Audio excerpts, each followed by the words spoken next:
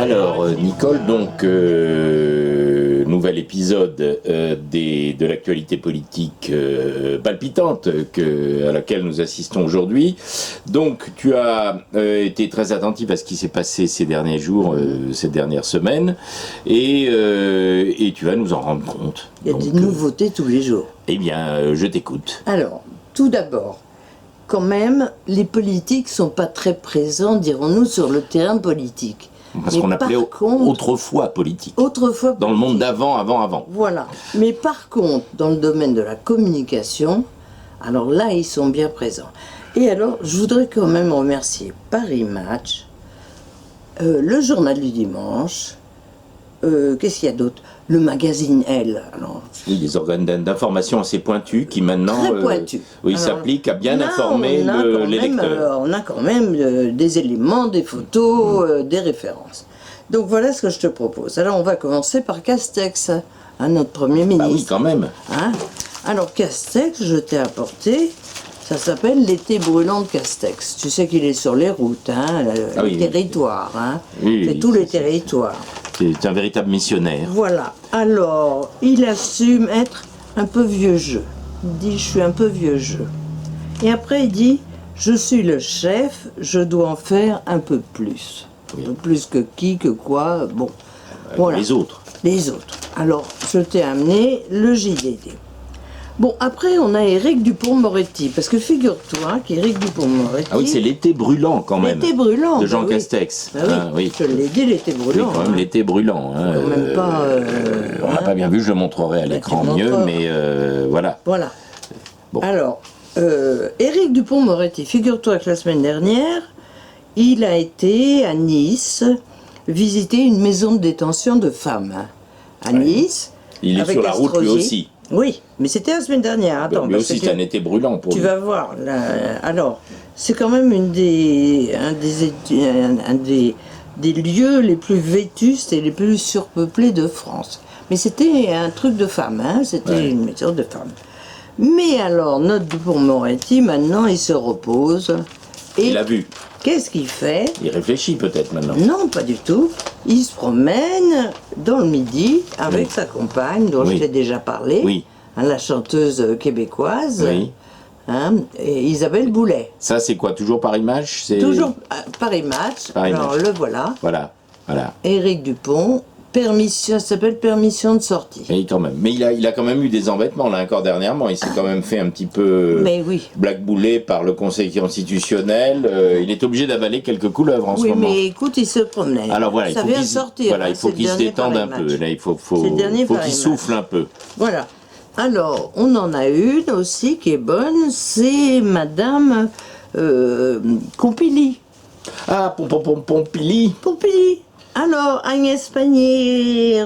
Ah non, pardon, excuse-moi, je confonds... Non, Pompili, elle en a fait d'autres. Non, je confonds. Agnès Pannier-Runacher. Oui. La ministre déléguée à l'industrie. Oui. Alors, qu'est-ce qu'elle nous a fait de beau, elle se présente, elle fait de la danse classique.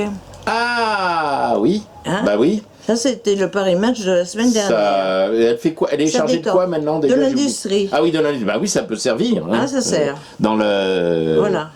Dans ses nouvelles, dans ses nouvelles fonctions là, bon, ça pourrait être utile. C'est une pratique pour dans la Macronie, ça sert ce genre de choses. Ça permet une carrière, ça facilite la carrière. Attends, son hyperlaxité, ça s'appelle, est un atout. Hyperlaxité. Laxité, je sais pas ce que ça veut dire. Ça. Bon, on marquera. Bon, comme tous nos confrères maintenant, informateurs de référence, nous allons faire du fact-checking et nous allons vérifier ce que c'est que l'hyperlaxité. Ah oui, voilà, hyperlaxité. Voilà, c'est un atout. Donc, c'est important d'en savoir plus sur l'hyperlaxité quand même, surtout quand même au niveau de l'industrie en ce moment. Oui, d'autant en ce moment au niveau de l'industrie, qui quand même est un des problèmes que nous ont révélé les péripéties récentes et notamment la grande pandémie et ses conséquences économiques, il va falloir faire preuve quand même de beaucoup de souplesse, voire d'une chorégraphie. Des problèmes de Pompili, alors c'est pour ça que Pannier-Runacher, fait valoir qu'elle a des atouts. Elle a des atouts. Voilà. Alors dans la com, il y en a quand même un qu'il faut mettre en avant, que tu connaissais pas, c'est le protégé de Macron. Ah, alors il a droit... Le nouveau protégé de Le Macron. nouveau. Il a droit à une page complète. C'est le nouveau Benalla, si j'ai bien compris. Voilà, dans Paris Match. Oui, mais dans un genre un peu différent. Voilà. Un petit peu moins voyou. Voilà. C'est le surdoué de la Macronie. Ah oui. Et pourtant, Dieu sait que c'est une pépinière de premier de cordée. Mais alors, il faut que je t'en cite quand même quelques-unes. Il a la petite barbichette comme il faut. Oui, bon, tout. il est bien formaté, il est là. bien, hein. Alors, lui, qu'est-ce qu'il fait, Alors, lui, il fait les affaires européennes. Il s'appelle comment, déjà?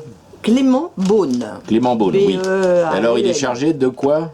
Et des affaires européennes. Des affaires européennes. Ah bah oui. Comme ça, il voyage pas mal avec Macron. C'est important. Oui. Hein, il est dans les avions et tout. Il fait de la protection rapprochée, comme ça. Alors, si tu veux un peu sa carrière... Supposément, il vient de la gauche. Il vient de la gauche, oui, voilà. Alors, il a fait Sciences Po, l'ENA, de la gauche, de la droite.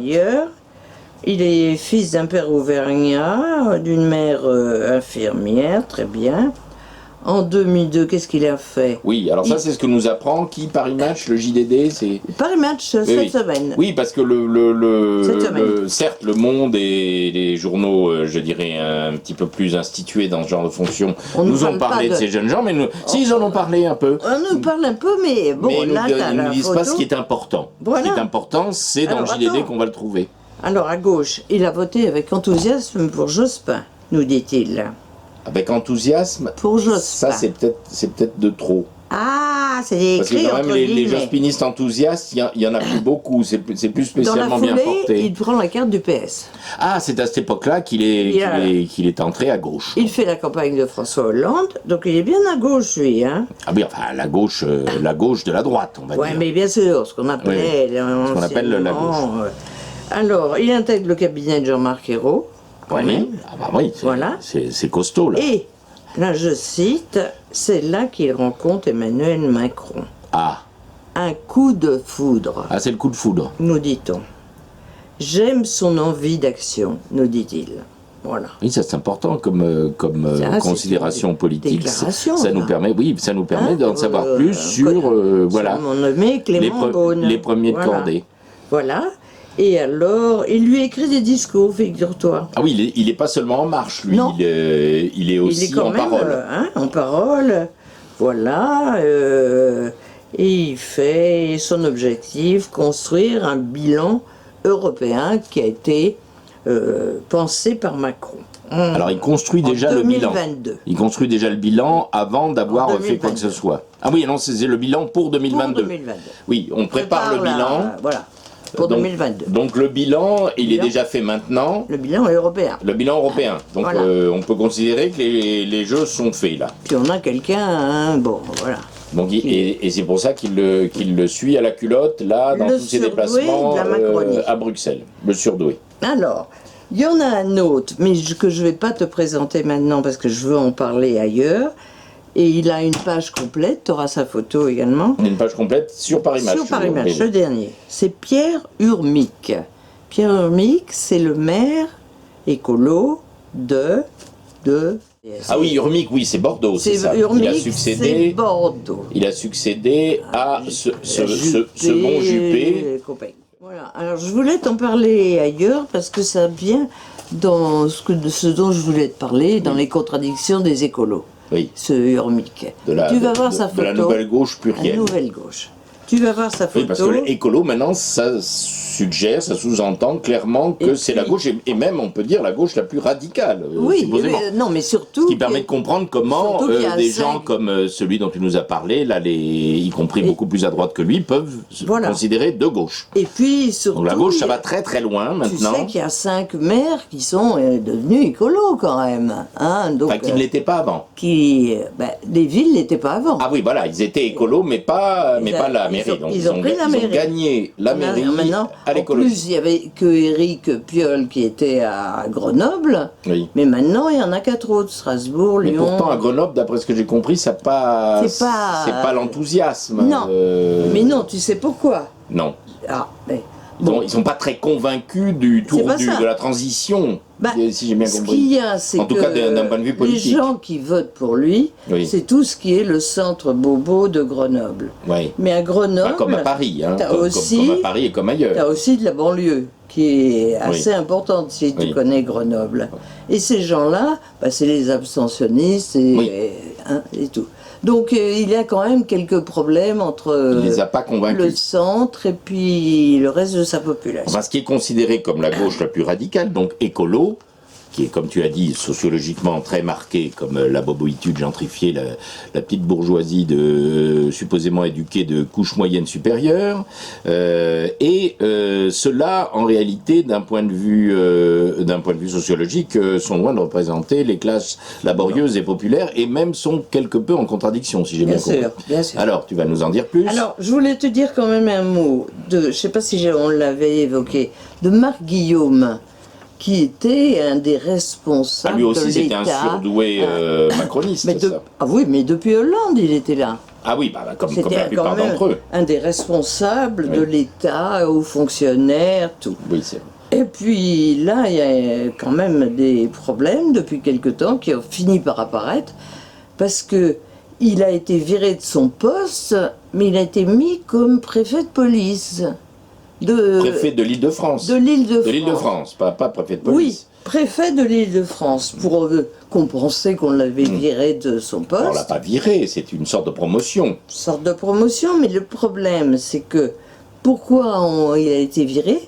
Figure-toi qu'il était déplacé, si tu veux, propos sexistes, propos misogynes. Ah. Je t'en cite un qui était pas mal à une de ses conseillères, et il lui a dit: vous devriez vous acheter un cerveau, ça vous ferait du bien. Tu vois le type de propos... oui, enfin, il se trouve que c'était une dame, mais peut-être qu'il aurait dit la même chose, et d'ailleurs il aurait pu dire la même chose à la plupart des gens qui l'entourent. Oui, il était connu pour sa rigidité, mais aussi parce qu'il y a eu plusieurs maintenant conseillères qui ont tout déballé en disant vraiment il y avait un climat de sexisme là-dedans. Il réserve ce genre de commentaires au sexe faible, comme on disait jadis. Non, mais le problème pour lui, c'est qu'il se trouve comme préfet avec Darmanin et compagnie. Darmanin, tu veux absolument... tu l'aimes pas, hein, tu veux absolument pas prononcer son nom. Je l'aime pas beaucoup. Oui. Surtout que lui, il y avait une interview dans Le Point que je t'ai pas pris, où il parlait de le prétendu viol, et il disait: c'est moi la victime. Darmanin. Voilà. Ah. C'était lui la victime. On ne va pas faire de commentaires, ça pourrait nous amener loin. Bon, donc voilà ce que je voulais te dire sur la com. Un peu comme Griveaux au fond. Mais je reviendrai sur deux personnes, Pierre Urmic, et aussi, parce qu'elle fait la une, Anne Hidalgo. Ah oui. On finira par elle. Oui, il faut, parce que là, en plus, elle fait des étincelles en ce moment. Voilà. Mais quoique, elle fait des étincelles, mais les questions qui fâchent, là, pour l'instant, c'est silence radio. Hein. On va en parler tout à l'heure. On en parlera tout à l'heure avec les écolos, les problèmes d'Hidalgo. Ils sont assez nombreux. Elle fait aussi une page complète dans Paris Match. Ah bon, oui, quand même. Oui, 2 pages. Non, 2 ou 3 pages. Alors, ensuite... il y a un certain nombre de nouveaux, on veut dire. C'est plutôt les macronistes et compagnie. Hein. Oui, on n'est pas sorti de la Macronie. C'est tout à droite. Alors, t'en as quand même... la nouvelle Macronie. La nouvelle Macronie, t'en as qui sont vraiment bien à droite. Pas plus que les autres, on va dire. Un peu plus que les autres. Alors, t'as une dénommée Olivia Grégoire. Alors, Olivia Grégoire... À part ça, il y en a plusieurs qui sont devenus Modem, je ne sais pas pourquoi. Hein. Modem, c'est vachement à gauche maintenant. Voilà. Attends, tu plaisantes, hein. Ah bah non. Tu te souviens du mot d'Edgar Faure, mais ça c'était le monde d'avant, le centre, première porte à droite. Mais là, maintenant, c'est quatrième porte à gauche. Ouais. Hein, alors, elle m'a cité quand même quelque chose que j'ai noté. Elle a dit: il faut responsabiliser le capitalisme. Ah bah oui.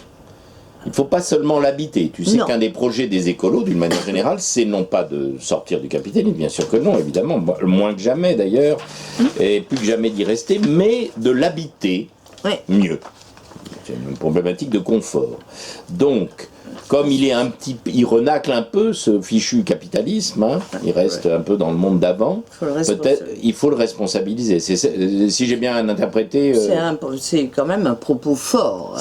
Bah oui, c'est ce qu'ils appellent des messages forts. Voilà. Oui. Alors, il y en a une autre qui aussi était un discours courageux. Bien de droite, c'est Nathalie Elimas. Alors, elle a été carrément... Elle fait quoi, elle? Elle était LR.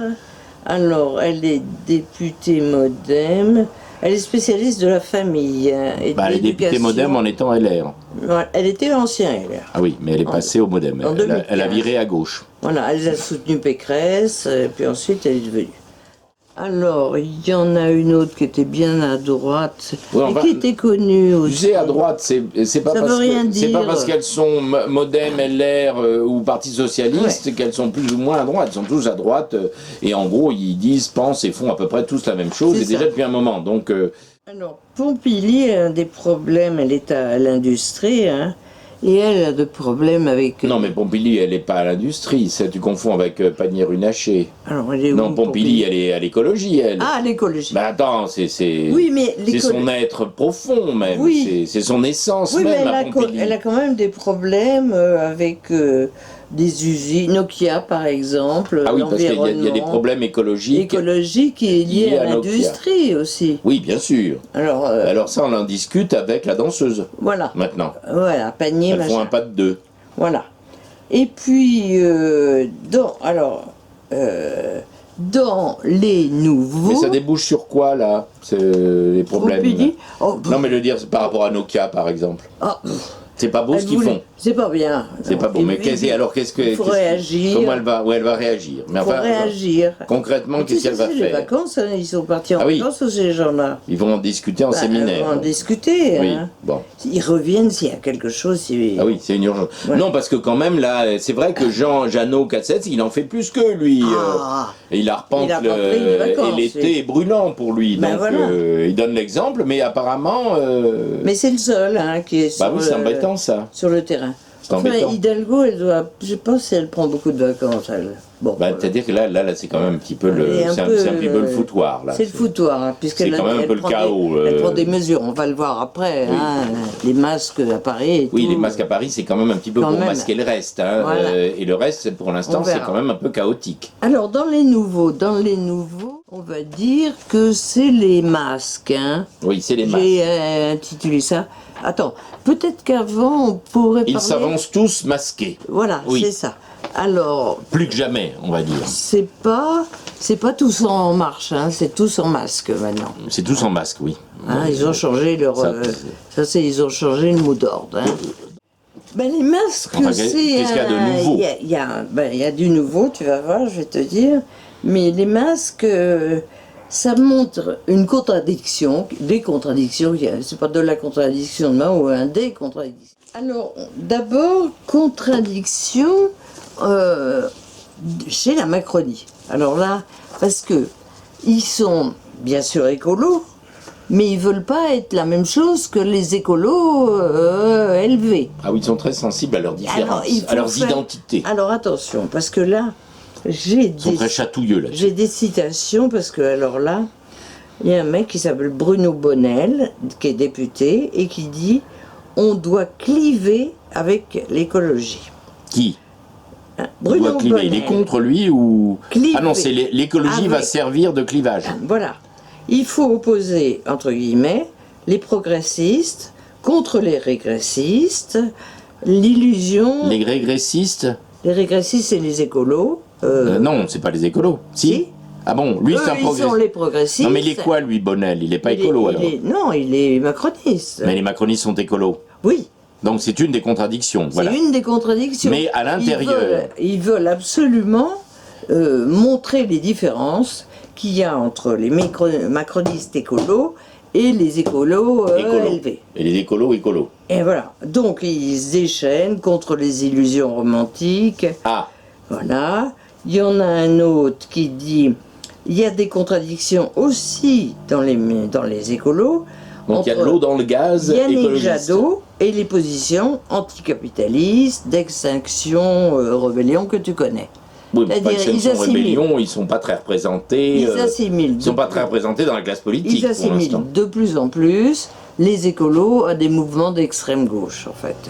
Oui, mais Extinction Rébellion, c'est jamais été un mouvement d'extrême gauche, c'est plutôt des proto-fascistes financés par la CIA, donc alors c'est leur vision de l'extrême gauche, tu veux dire. Oui. Alors, de Rugy, que tu connais bien. Qui est oui, enfin là, malheureusement, ce bon Omar de Rugy était un petit peu placardisé ces derniers temps, donc il fait de gros efforts pour revenir. Voilà. Il racle le parquet donc il dit, avec beaucoup d'opiniâtreté. Contre les écolos, puisqu'avant il était écolo, et il dit on est loin du soubassement scientifique de l'écologie. Alors c'est beau ça. Puisque un des macronistes, c'est peut-être de Rugy, ah non, c'est Stanislas Guérini, lui. Voilà, alors il dit, c'est Alice Coffin, donc nous parlons bien des gens Alice Coffin fait plus de mal à son parti que ce qu'on a fait depuis 3 ans. Ils sont ravis. Mais qui a fait quoi depuis 3 ans? C'est-à-dire que... Ce qu'on a fait les macronistes. Alors les macronistes ont fait plus de mal au parti d'Alice Coffin? Là, je comprends pas. Alice Coffin a fait plus de mal à son parti LV que tout ce que nous, on a fait, nous, macronistes, donc ils ont cherché. Ils ont cherché déjà. Ça, c'est le genre de stupidité qui est capable de pondre Stanislas Guérini, c'est-à-dire il suggère, et même il dit explicitement, que depuis ils essayent de faire du mal à Hidalgo. De faire du mal, non pas à Hidalgo, mais aux écologistes. Hidalgo, elle est à tuer à toi avec Macron, elle était de même avec Édouard Philippe, et ça, c'est de notoriété publique. Alice Coffin. Si j'ai bien compris, toutes ces déclarations, même quand elles sont exprimées de manière assez sotte, comme c'est son habitude par Stanislas Guérini, il s'agit de défendre, de venir au secours de cette pauvre citadelle assiégée de Madame Hidalgo à l'hôtel de ville, prise elle-même dans ces contradictions qui ont émergé avec tout dernièrement l'affaire Girard. Voilà. Alors, avant de passer à Hidalgo elle-même, on parle quand même des contradictions. Alors lui, ce Pierre Urmic, il a aussi droit quand même à une page. Oui, alors montre-nous la page avec Pierre Urmic. Ça, c'est dans quoi, ça? Paris Match aussi. Ah, toujours Paris Match. Ah bah Paris Match, oui, c'est la Pravda de la Macronie maintenant. Dis donc, je vais dépenser des sous, mais ça valait. Ah, vraiment, il y a des belles images. Hein. Il y a le poids des mots, certes. Alors. Et ça pèse assez lourd, les mots, dans Paris Match, mais il y a le choc des photos, souviens-toi. Et alors, on montrera la photo de Pierre Urmic. Voilà, alors c'est le nouveau maire de Bordeaux. Hein. Alors lui, figure-toi, qui découvre, il dit, pas dans celui-là, mais il dit dans un autre, la sécurité n'était pas un de mes sujets prioritaires pour prendre la mairie. C'était la transition énergétique, le climat, etc. Alors il continue, la sécurité n'est pas un sujet. Mais cela m'occupe beaucoup actuellement.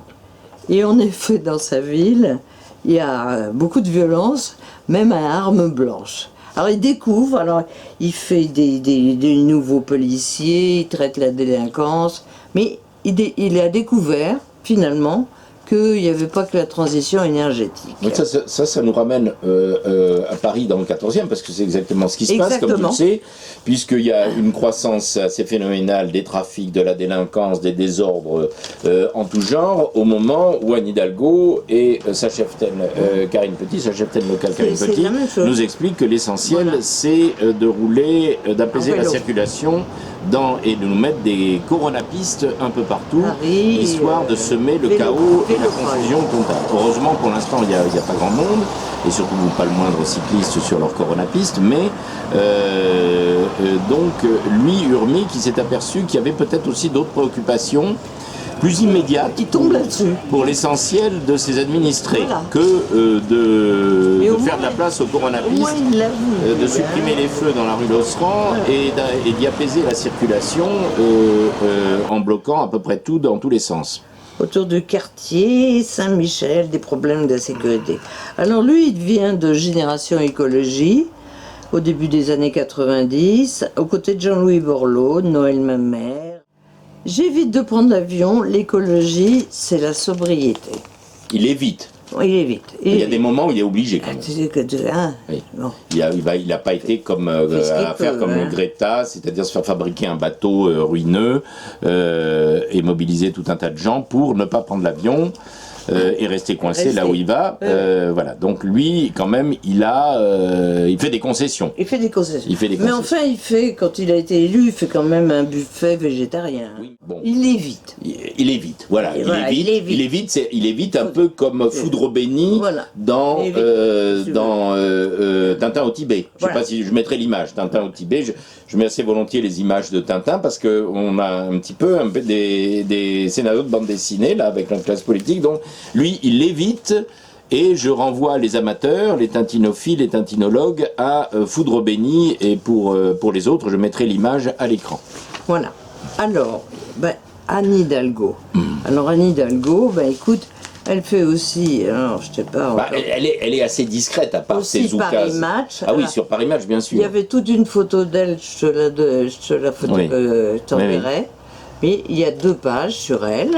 On sent qu'elle garde ses distances, mais quand même, il y a une grande proximité. Il y a une page complète où elle est très belle. Oui, mais il faut qu'elle soit un peu loin, parce que sans ça, on lui objecterait qu'elle ne porte pas le masque. Alors, elle est quand même bien embêtée. Alors, oui. Alors, elle est très copine avec Éric Piolle, qui est le maire de Grenoble. C'est logique. Elle a été à une réunion avec d'autres maires parce qu'elle veut restructurer la gauche. Alors, il fallait restructurer la gauche.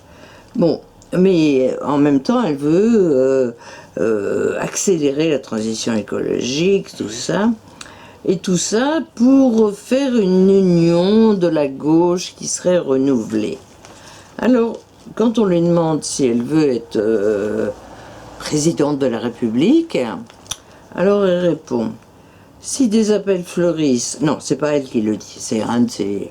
Si des appels fleurissent pour qu'elle prenne ses responsabilités, elle ne va pas dire qu'elle a d'autres chats à fouetter.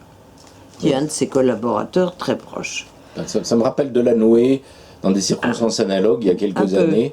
Mais il a fait une petite erreur tactique à ce moment-là, je ne sais pas si tu te souviens, il avait fait son coming out libéral. Oui. Il avait dit oui, au fond, oui, je suis libéral, etc. Et puis juste à ce moment-là, il y a eu la crise des subprimes, et même Sarkozy, on est arrivé à condamner le capitalisme financier, le libéralisme. C'est assez comique, mais enfin, ça a un peu grillé Delanoë dans son ascension présidentielle. Ouais. Mais il était à peu près dans la situation d'Hidalgo aujourd'hui. Oui, mais en même temps... Il se déteste, remarque, donc peut-être qu'elle va vouloir lui damer le pion de cette manière-là. Elle dit, moi je vais y arriver. Voilà, en même temps, ces derniers jours, les déboires que traverse la mairie de Paris, dans sa majorité, ne sont pas son problème principal, actuellement.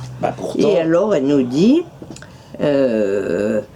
Elle nous dit qu'il y a trop de problèmes avec ces deux, Alice Coffin, Raphaël Rémy. Qu'est-ce qu'elle va faire? Elle va les sanctionner. Elle a porté plainte, tu te souviens? Oui, mais politiquement, elles sont élues, elles sont élues, oui. Elles font partie de sa majorité, bien sûr, toujours. Bien sûr. Et les écolos ont dit qu'ils allaient tous démissionner ou pas voter, enfin je sais pas quoi. Mais ça on n'entend plus trop. On n'entend plus. On a surtout entendu l'amende honorable, la confession et l'acte de contrition de Girard à la radio, sur radio. France Inter l'autre jour, ou alors il a complètement, il a joué les repentis, c'est pas vrai, non. J'ai juste mangé avec quelqu'un, c'est pas mon ami. Le fait d'inviter les gens à dîner, à déjeuner aux frais de la princesse, ça ne veut absolument pas dire qu'on a la moindre connivence, proximité ou amitié avec eux. C'est pas l'amitié telle qu'il l'entend, ce brave homme. C'est ce que tout le monde fait, ce que tout le monde a toujours fait, et avec tout le monde d'ailleurs. Voilà. Mais c'est pas... Vous réfutez ? On n'a pas, bien sûr, on n'a pas du tout la même définition de l'amitié. Gabriel Matzneff considère, j'imagine que c'est donc le cas des milliers de personnes avec lesquelles il a pu déjeuner régulièrement, que ces amitiés mondaines ou ces rencontres ou ces repas ou ces rendez-vous débouchent sur l'amitié. Pour moi, l'amitié, c'est une forme d'intimité et c'est des gens dont vous connaissez les familles, qui connaissent vos familles ou chez qui vous allez. Monsieur Matzneff ne connaît pas ma famille, mes enfants, mon entourage ne connaissent pas Monsieur Matzneff, n'ont jamais rencontré Monsieur Matzneff, jamais entendu parler Monsieur Matzneff, sauf malheureusement récemment. Donc non, ça n'est pas un ami. J'ai expliqué très tôt, dans la transparence la plus absolue, qu'en effet, je le voyais régulièrement, comme des centaines, des milliers d'artistes, plasticiens, musiciens, poètes, écrivains, mais des milliers en 20 ans. Donc pourquoi serais-je le seul en France aujourd'hui à avoir déjeuné une fois par an? Et la dernière fois, il y a 1 an et demi. Ah, mais à part ça, elle est bien embêtée. Et alors, tu as un proche de Emmanuel Macron qui dit « Elle n'aura pas tenu longtemps l'union ». Ah. Ça persifle un peu. C'est pas gentil. Ça persifle un peu. C'est pas gentil pour elle. Hein. À l'intérieur de la Macronie, oui. Bon. Voilà. Donc. Enfin, il faut la préserver. Vu du point de vue de la Macronie, Hidalgo, il faut quand même la préserver. Hein. Plutôt Hidalgo que le Front Populaire, même s'il y a plus, ils ont quand même chassé les classes populaires très activement déjà depuis un bon moment de Paris, mais enfin, ils sont aux marges. C'est ce qui va se passer dans Paris, hein, puisque les grandes mesures qu'on prend, c'est tous au masque. Alors tu as des rues qui vont être d'un seul coup par exemple, la rue Losseran. Voilà, tu viens de me dire ça. Alors c'est assez curieux parce que si on s'en tient aux explications officielles, on va avoir des situations assez comiques puisque il suffira par exemple d'être dans la rue Niepce. Au coin de la rue Niepce, tu ne portes pas le masque. Tu n'es pas en infraction. La rue Niepce, je la montrerai à l'image. Ouais. Elle est juste en face de la librairie. On pourrait dire ça d'à peu près toutes les rues qui croisent sur le périmètre la rue Losseran. Là, tout va bien, mais paf, t'es rue Losseran. Là, tu es passible d'une contravention de 130 €. Pour l'instant, on n'a pas de masque puisque nous sommes encore dimanche. Et donc les oukases municipales prennent effet seulement demain. Donc là nous sommes rue Niepce et pour l'instant si nous nous projetons demain lundi, eh bien tu n'es pas en infraction. Bon. Puisque tu ne portes pas de masque, mais tu es dans la rue à l'extérieur. Mais si tu t'avances un petit peu et que tu viens dans la rue Raymond Losseran, alors là, paf, tu vas voir la maréchaussée qui va t'alpaguer immédiatement. Et il va te dire, mais madame, vous êtes en infraction, bing, 135 €. Tu vois? Ça y est.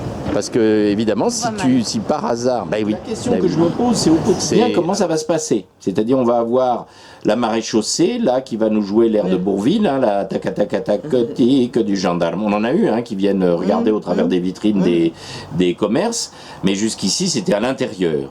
Donc maintenant, ça va être... S'il y a un gendarme, n'importe quoi, moi je fonce dans la rue. Ah oui, mais attends, si c'est un officier de police judiciaire, c'est sa qualité, son témoignage, il pourra attester qu'il t'a pris sur le fait et que tu étais 2 mètres trop loin. Et voilà, il faudra faire gaffe. Alors ce qu'ils pourraient faire, parce que ça ils le font très volontiers, ils dépensent beaucoup d'argent pour ça, c'est mettre ils sont très forts. Non, les caméras, oui, c'est peut-être pas la solution. Ce qu'ils font beaucoup plus en ce moment, c'est de mettre des bandes jaunes un peu partout pour des délimitations, des plots en plastique, en PVC, un peu partout. Je pense qu'ils pourraient faire ça dans les zones à risque. Hein. En plus, ça permettait d'orienter le flux des passants pour qu'ils ne se croisent pas sur le trottoir. Mais attends, qu'ils aillent sur des lignes complètement séparées, ce serait peut-être bien ça. Oui, mais attends, moi j'ai entendu Audrey Pulvar ce matin sur Europe disant qu'ils allaient mettre des grands panneaux. Alors si c'est demain, moi je vois pas de panneaux. Ah oui, mais attends, il faut le temps que ça se fasse. Ça, ah oui, mais ça coûte beaucoup plus cher. Oui, mais ça coûte plus cher les panneaux. T'as pas compris là. Alors là, maintenant, c'est la zone maudite est marquée, tu vois. Là, c'est la rue Losseran. Là, la rue Niepce, non. La rue Niepce. Ah ben non. Et cela dit, si on déambule dans la rue, on est passible, on est des pandémistes terrifiants. Mais par exemple, les gars là-bas qui sont au bistrot, là, non, rien là. Là, c'est parfaitement autorisé, c'est pas dangereux du tout. Il n'y a pas de problème. S'il va être autorisé, là. C'est des questions d'intendance. Mais je te dis, je dirais, mais je ne suis pas prévenue. Est-ce que tu as déjà vu la place de Catalogne, par exemple? Tu sais que Alésia il y a une pétition maintenant, vu l'espèce de chaos général qu'ils ont fait avec leur espèce d'urbanisme tactique à la noix, là, leur peinturation et les dispositifs complètement absurdes qu'ils ont mis sur la chaussée un peu partout. Mais alors le record, c'est la place de Catalogne. Ouais. Ça vaut le spectacle, à la maison, ça vaut le jus, c'est assez remarquable ce qu'ils ont pu nous faire, à telle enseigne qu'on appelle ça maintenant la place de la Grande Cata. Ce n'est plus la place de Catalogne. Dans le monde réel, l'application donc des consignes courageuses, hein, parce que c'est toujours tous ces trucs-là, c'est comme les réformes courageuses de la gauche de droite ou de la droite de gauche. À chaque fois qu'elles consistent à détruire le droit social ou à approfondir les injustices de toute nature, ça s'appelle des réformes courageuses. Là, on a des mesures courageuses parce que, disent-ils, c'est impopulaire. Mais ils ne se posent pas trop la question de savoir pourquoi ça n'est pas très populaire. Là, on est dans la rue Raymond Losserand, donc le port du masque est absolument essentiel. Tandis que dès qu'on a fait quelques mètres, allée du Château Ouvrier, là, là, on est sauvé. On est...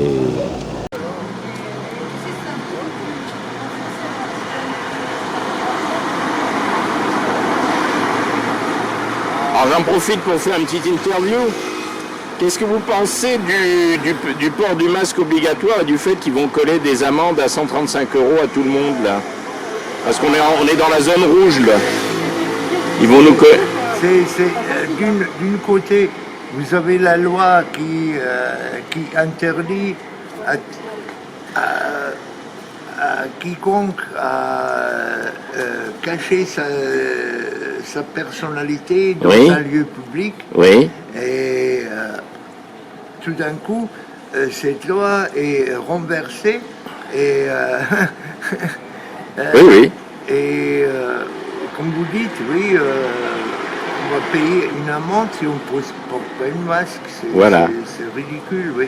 Oui, c'est aussi, comme on dit chez nous, une contradiction, mais c'est vrai que c'est bien de la pointer. C'est une double négation.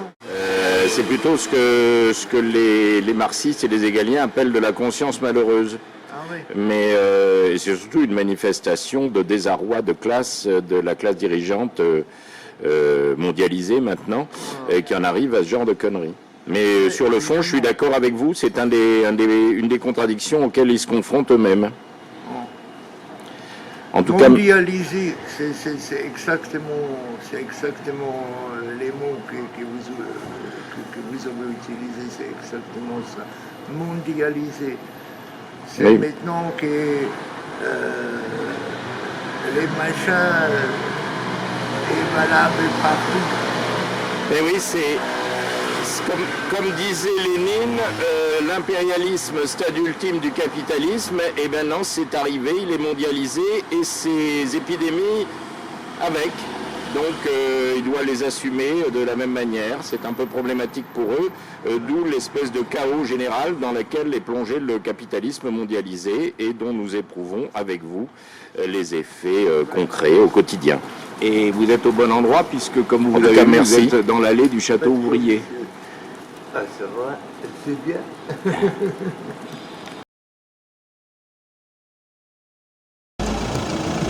Alors, évidemment, le port du masque est obligatoire, mais on n'a pas précisé où. Donc, sur le visage, pas forcément. Voilà, c'est ce qu'ont compris les gens. L'important, c'est d'avoir un masque. Mais apparemment, les gens pensent que ce qui est plus utile, y compris dans la rue Losserand, c'est d'avoir un parapluie. Du moins ce soir. En dépit des messages forts de la mairie de Paris et de celle du 14e. Alors Minus, lui, jusqu'à maintenant, du moins, on ne risque pas, aux dernières nouvelles du moins, de se prendre une amende parce qu'il n'aurait pas respecté la consigne. Pour l'instant, j'ai encore eu un peu de mal à lui expliquer. Et Dieu sait pourtant qu'il se frotte partout.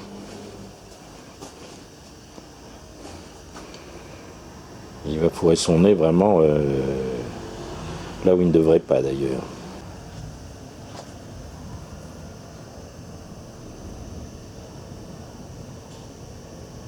Alors, en général, il est très intéressé par le spectacle de la rue. Et particulièrement en ce moment. Bien qu'il ait interdiction formelle, évidemment, d'aller sur le trottoir. Bon, voilà, un excellent auxiliaire de police, je pense, car il va pouvoir faire un rapport circonstancié sur tout ce qui se passe, du moins dans le périmètre de la librairie, sur les 2 trottoirs de la rue Losserand. Bref, sur cette affaire-là, comme sur d'autres, on a quand même ce que tu as appelé d'emblée des contradictions à la mairie de Paris. Peux-tu nous en dire plus ? Pour l'instant, pas beaucoup plus, parce que c'est assez curieux, il n'y a pas beaucoup, mis à part les communications dans les journaux dont on a cité, et les photos, t'as quand même pas grand-chose. Ils sont en vacances, hein, n'oublie pas, sauf Castex. Sauf Castex, lui, qui est sur le terrain, lui. Tandis que Dupond-Moretti et autres ont brûlé les planches, lui, c'est l'été brûlant de Jean Castex. On va remontrer ça. Alors lui, on va suivre les... On va suivre, hein. Et on verra dans une quinzaine de jours, quand tu reviens.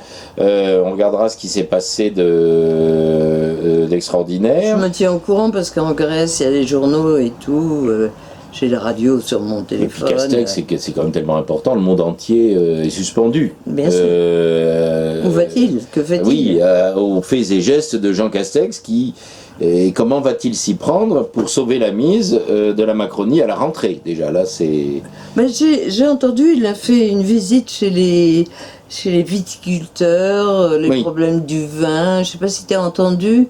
Donc il a fait, alors là, tout un discours, il a bu un petit peu de coup de rouge. Oui. Et puis, il a fait tout un discours, alors encore sur l'Europe, etc., la PAC.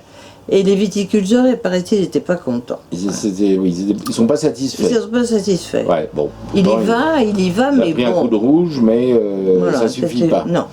Comme disait son prédécesseur, Raffarin, la route est droite, mais je ne sais plus quoi. Le chemin est long, en plus c'est un été brûlant, donc ça va être dur.